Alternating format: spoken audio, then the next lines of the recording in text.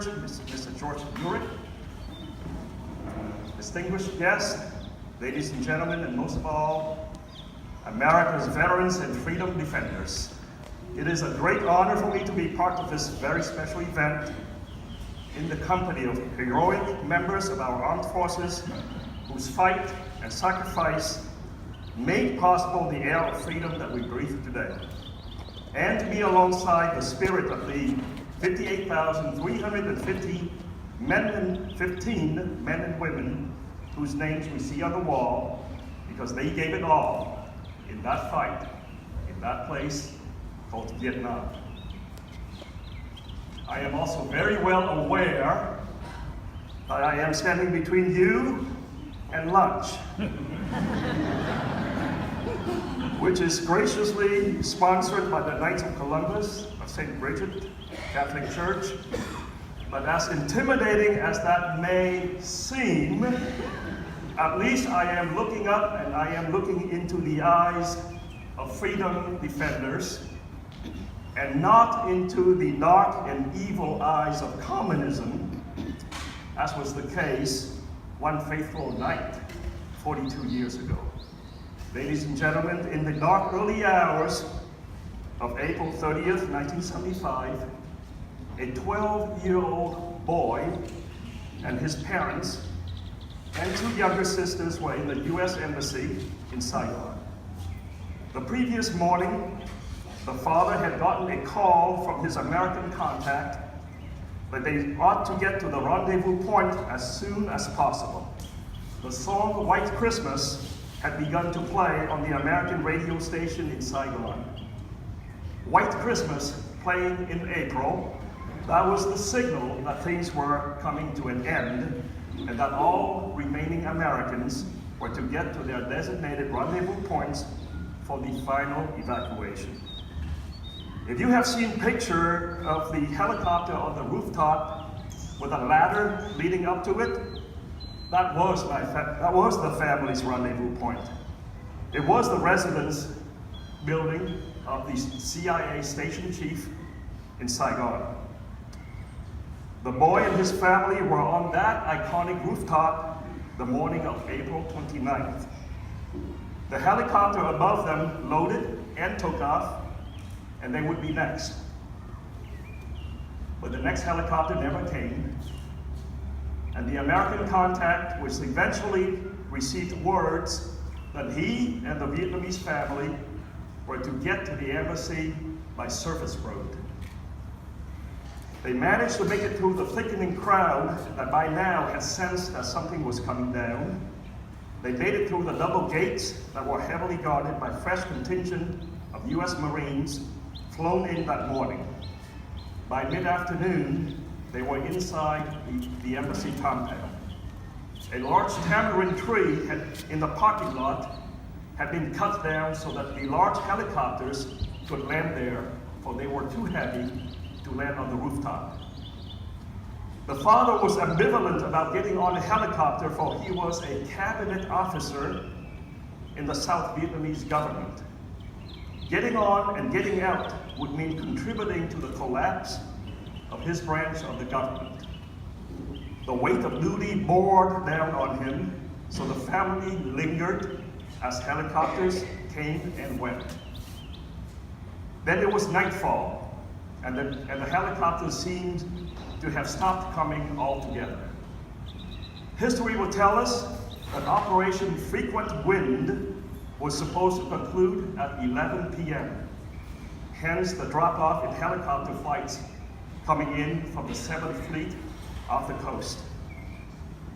But U.S. Ambassador Grant Martin refused to get on the helicopter for his own departure and to conclude the operation as scheduled. He saw that there were still several hundred Vietnamese in the compound, and he kept himself grounded inside the embassy to create pressure for the 7th Fleet to send another wave of helicopters.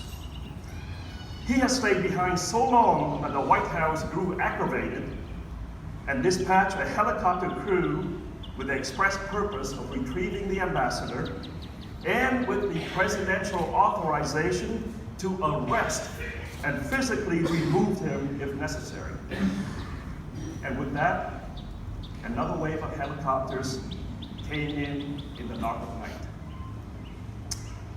The sound of those helicopters still resonated with this boy to this day. It was the sound of freedom being snatched back from the claws of communism. This time the father concluded that this was indeed the end, and they had better make a go at it. So they all ran together toward a helicopter as it was descending, and praise God, everyone made it aboard. The boy can still feel today the tug on his shoulders as a U.S. Marine grabbed him on the back of his shirt and shoved him into the helicopter, a CH-46 Sea Knight. And with that, ladies and gentlemen, I have the great honor of standing before you today.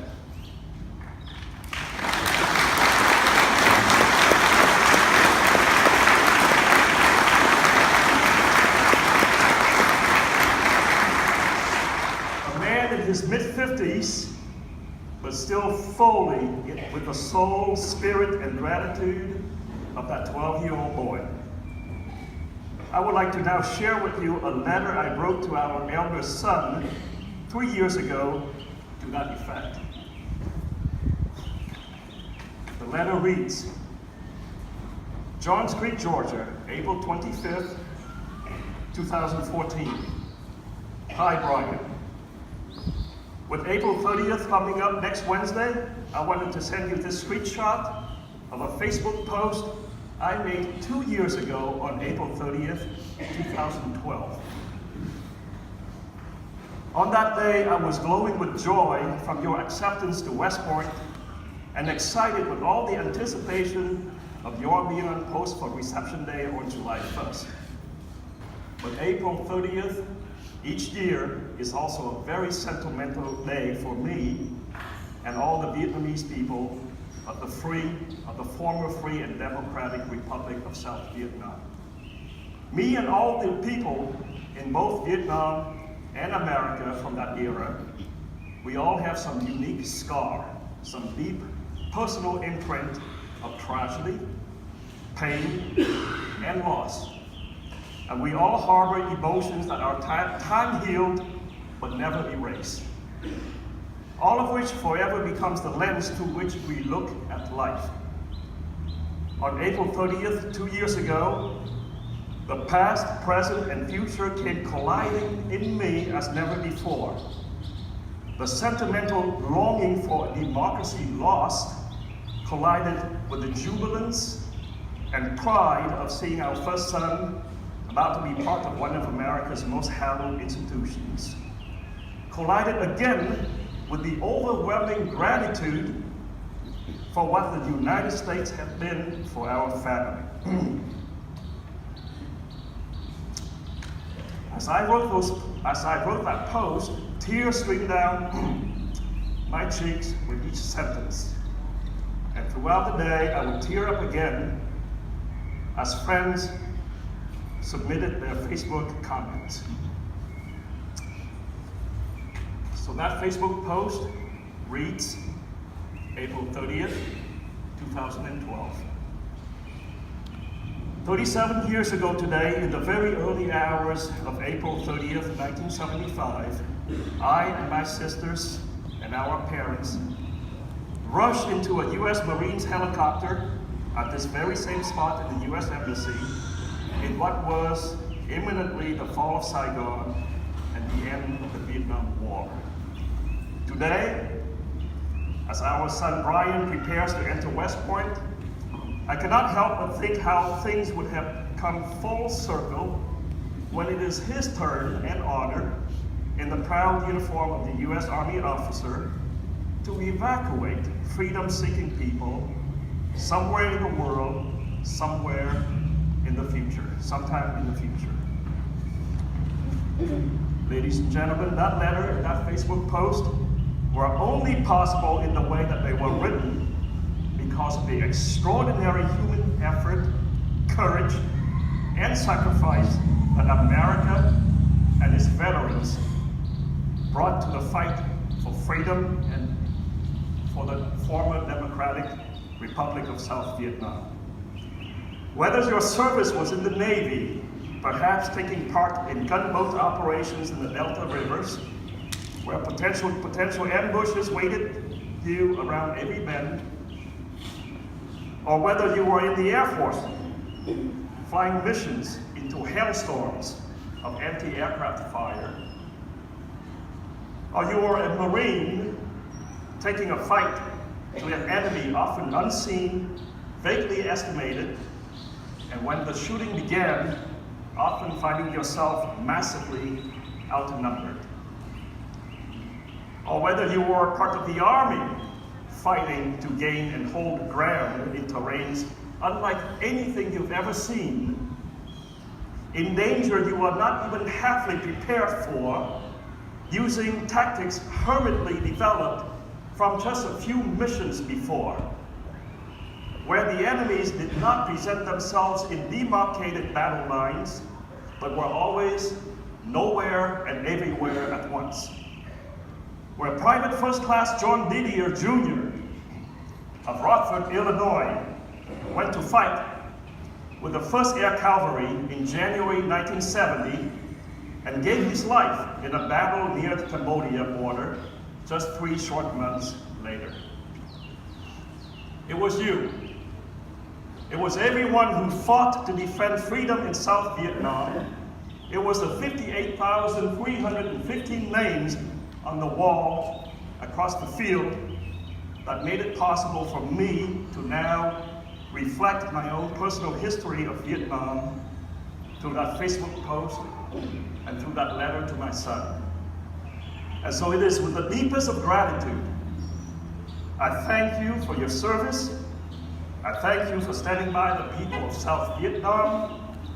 I thank you for trading the innocence of your youth for an ideals whose toll of hardship and sacrifice you still carry today, so we can breathe this wonderful air of freedom. Thank you. God bless you. God bless all our veterans. God bless America.